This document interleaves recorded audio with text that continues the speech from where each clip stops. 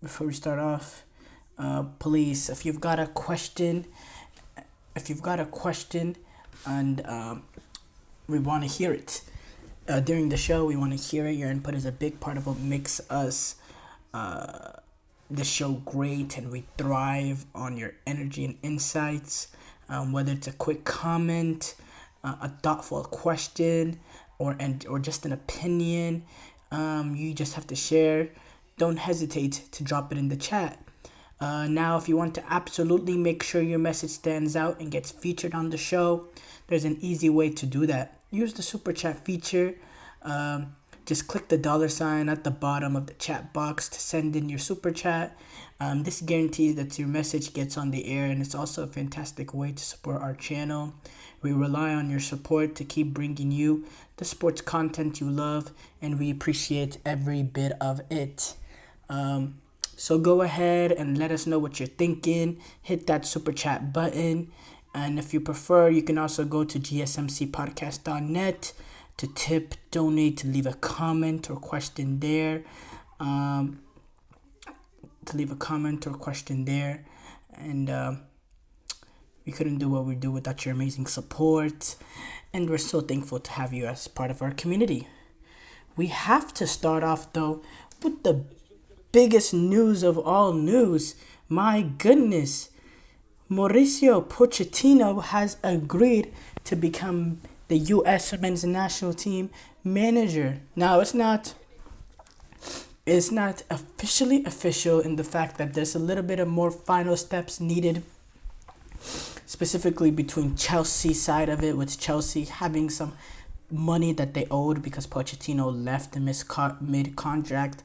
So there's that needs to be sorted out. But, all the difficult part, whether or not Pochettino wants to actually become the U.S. men's national team manager, the agreement between Pochettino and U.S., it's official. Major outlets out there, Pochettino has agreed to become the next manager of the U.S. men's national team. And for me, it was absolutely shocking news. It was amazing news. It was news that came around, it was official around, because I didn't hear the first batch of no, I wouldn't necessarily say rumors, but the first, there was that first, set of reporters coming out saying, this move is looking imminent. I didn't see those reports. I wasn't really active at that during the early part of the night, like the 7, 8, 9 o'clock Central Time. I wasn't really on Twitter. I wasn't really paying attention to any of the news or any of something. It's when I checked, and then it's when I was checking social media around 4 or 5 a.m. right before I was about to go to bed, because I stayed up the night working on something. I see a post from Fabrizio Romano, who we all know is the holy grail of all sources when it comes to soccer news, has announced that Mauricio Pochettino is set to become the U.S. men's national team manager. Just elated with an eruption of joy, an eruption of absolute excitement and positivity.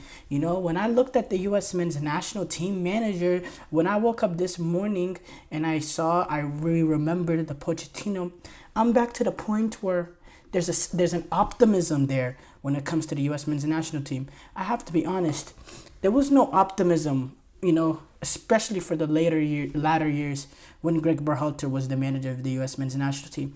I did not look forward to the U.S. men's camps, and I did not have a sense of excitement. That is going to change now. I'm already excited. I'm excited to watch. I doubt he'll be in by September. He'll be in, but I doubt he'll be the manager of the September squad. But I'm already excited about that. I'm excited about the friendlies. I wasn't even excited about this summer's Copa America because I knew the ceiling that we had under Greg Berhalter. Now we have a manager, Mauricio Pochettino, who yes, I have been critical about him, when he was the manager of my team, Chelsea, last season. I had, periods of being critical about him, absolutely. but this is a proven manager. This is a manager that's done it at the most elite level. This is a manager that U.S. men's national team soccer fans would only dream of. A manager you could only dream of. A manager that's had this level of success at the top level of European football. With this sort of manager in Mauricio Pochettino, we essentially have the best manager in international football. And if he's not the best, he's in the top 3, top 4. I don't want to disrespect people out there. I know, because when it comes to accomplishments at this sort of level, who has accomplished what, Pochettino has accomplished at that level, I know there's a few managers out there, Luciano Spalletti at Italy, what he was able to do at the highest level in Serie A with Napoli. That's one. He's mistaken. Roberto Mancini, what he was able to do at the highest level at Manchester City and even at Italy, taking them to the European Championship. Now that he's manager he's manager now at Saudi Arabia. That's another that's up there, was Pochettino. And then obviously, there is brilliant also international managers out there, like a Lionel Scaloni, what he's been able to do at Argentina.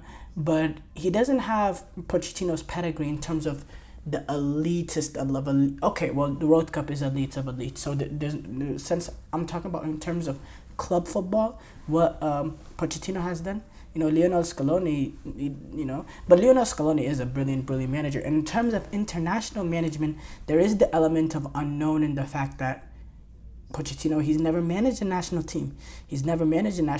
So there's huge pros and there's no huge cons. There's huge pros to this, and there's some a little bit, I think if you want to find some sort of side to be pessimistic about this hiring, which is hard because, this is a dream hire, so you're nitpicking to find anything to be pessimistic about regarding this signing. But if there is something, it'd probably be the lack of experience when it comes to international managing. This is a manager that's never managed, period, at the international level, whether it's as a head coach or assistant or anything. So it's going to be different in terms of not being, the day-to-day to implement your system, not having the day-to-day with the players, with the team, having few set times and, few short periods of time where you have to implement your system. So that would be, the biggest negative, to be honest. You can all, I don't really think, yes, he has not been able to win the biggest of trophies since in his club football reign, but the U.S. men's national team are not in a position to even get those managers. The U.S. men's national team are not in a position to get a Jurgen Klopp, to get a Carlo Ancelotti, to get a Pep Guardiola, the U.S. men's, in my opinion, the U.S. men's national team is not even at the level of getting a Mauricio Pochettino. But he decided to sign on to the project. The relationship that he potentially has with Matt Crocker, going back to, Matt Crocker's days at Southampton, could be a part of it. But now if you look at the positive sides of this Mauricio Pochettino's hiring, it's endless. Number one, the style of play, the high intensity, high pressing, running around, worksman-like, that fits the sort of American spirit. I think it fits this sort of the players that we have as well. We have those players like Pulisic and Tim Weah and Balogun and Tyler Adams.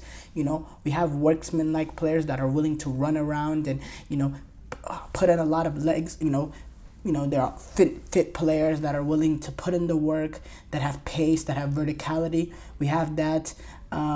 They'll be willing to press.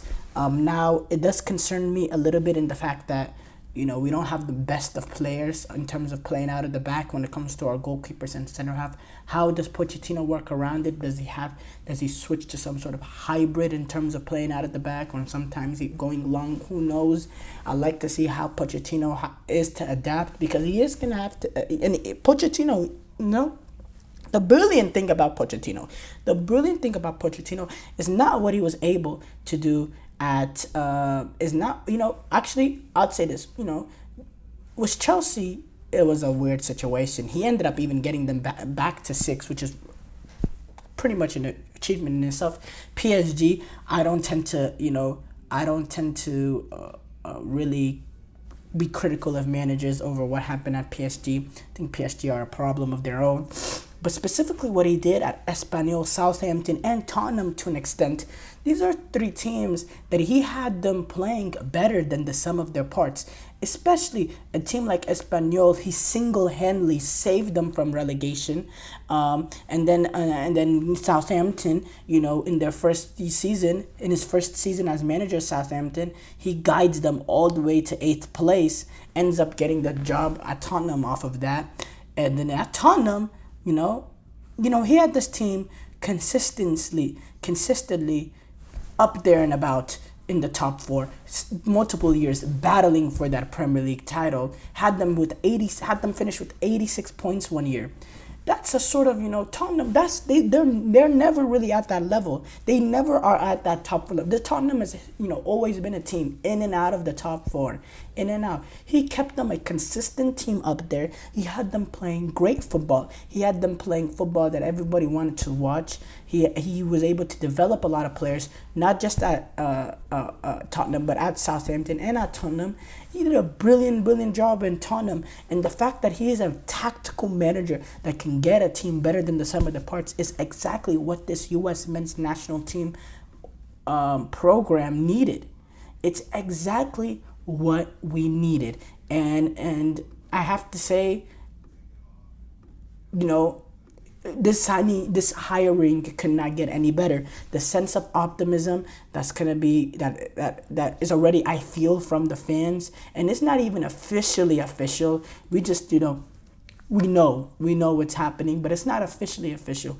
And the sense of optimism is amazing.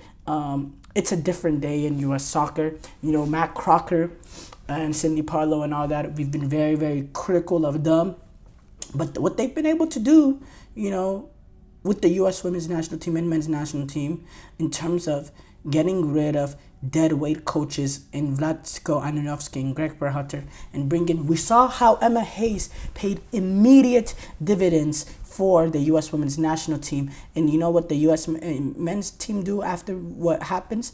After Emma Hayes, we see what happens with Emma Hayes and U.S. women's national team immediately after. We get to sign the best in class in Mauricio Pochettino. And I see similar success. Now, obviously, the U.S. women's national team are not at the level of winning a World Cup. They're not there. But I think this makes us very, very competitive. And I think we had much better odds.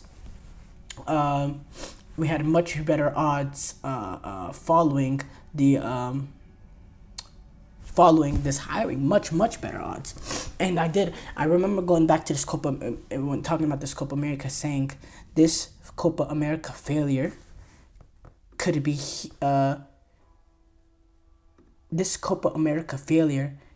huge for us. And the only way it turns out to be,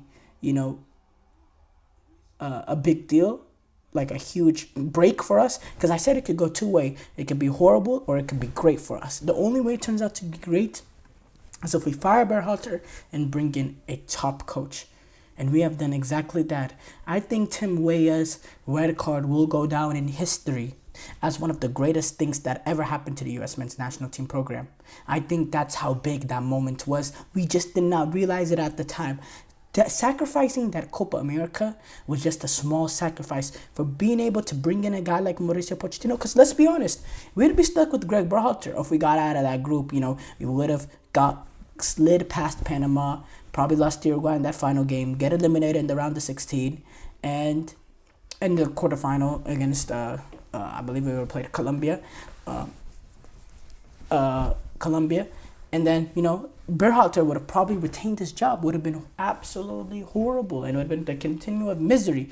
But instead, we get to bring in a guy like Mauricio Pochettino. Are you freaking kidding me?